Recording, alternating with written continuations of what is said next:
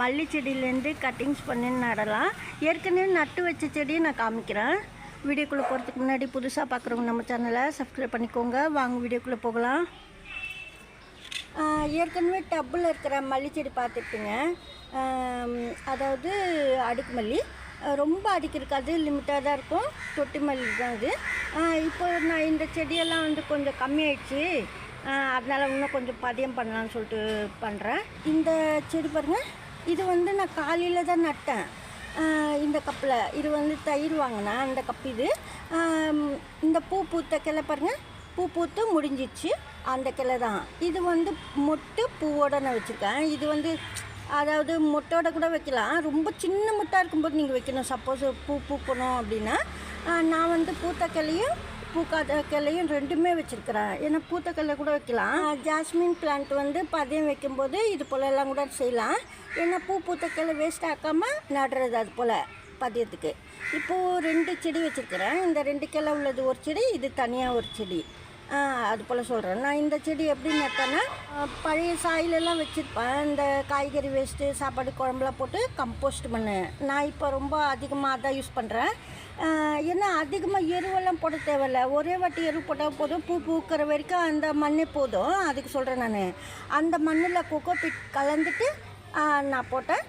கூடவே கொஞ்சம் வாழைப்பழம் தோல் காய வச்சுட்டு நான் அதுக்குள்ளே சேர்த்துட்டேன். அது போல் நான் செஞ்சுது. ஆனால் கொக்கோபீட்டு மண் வெறும் கொக்கோபீட்டில் நடுற போல் இருந்தால் பாருங்கள், இல்லை கொஞ்சமாக சாயில் இருக்குது, இருந்தாலும் சொல்கிறேன். இது வெறும் நீங்கள் கொக்கோபீட்டில் நடணும்னு சொன்னால் ஃபுல்லாக கொக்கோபீட் நிறைய ஃபுல்லாக போட்டு நல்லா அழுத்தம் கொடுத்துடணும். இது போல் நீங்கள் ஒரு ஹோல் போடணும். ஏதாவது எடுத்துக்கிட்டு நீங்கள் இது போல் ஹோல்ஸ் போடணும். எதுக்குன்னா மண்ணுக்குள்ளே வெறும் கொக்கோபீட்டே போட்டால் மல்லி செடிக்கெல்லாம் செட் ஆகாது. அதுக்கு சொல்கிறேன் நான். ஏன்னா சில டைமில் தண்ணி அதிகமாக ஊற்றினாலும் அதாவது தண்டு அழுகிடும். அதுக்கு சொல்கிறேன் நான். இப்போது இந்த இடத்துல ஹோல்ஸ் பண்ண இடத்துல நடு சென்டரில் மண் போடணும். நீங்கள் எதுக்கு இது போல் நான் மண் போடுறேன்னா வேர் பிடிக்கிறதுக்கு. மல்லி செடிக்கு இது போல் போட்டால் தான் நல்லது. சைடெல்லாம் கொக்கோபீட் இருக்கும். வேர் பிடிச்சவுடனே ரூட்டெல்லாம் சைடில் வரும். அப்போ ஈஸியாக இருக்கும் ரூட் சுற்றுறதுக்கு. ஆனால் நீங்கள் இது போல் தான் செய்யணும். மல்லி செடிக்கெல்லாம் மட்டும் சப்போஸ் கொக்கோபீட்டில் நட்டிங்கன்னா சொல்கிறேன்.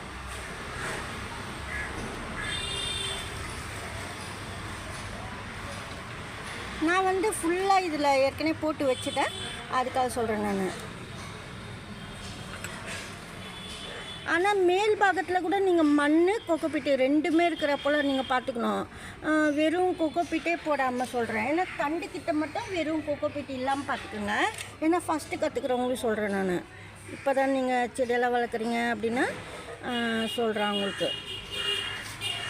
இப்போ இது போலலாம் வச்சுட்டு தண்ணி ஊற்றணும். நீங்கள் இதில் காஃபி பவுட்ரு தண்ணி தான் நான் ஊற்றுறேன். ப்ரூ காஃபி தூள் கூட நீங்கள் போட்டுக்கலாம்.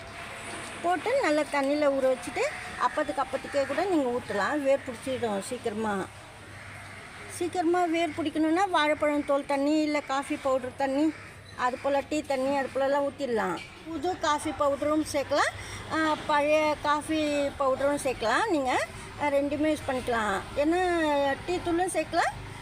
அது போல் தெரிஞ்சுக்கலாம். நீங்கள் கொஞ்சம் மாற்றி நீங்கள் செஞ்சு பாருங்கள், சூப்பராக இருக்கும்.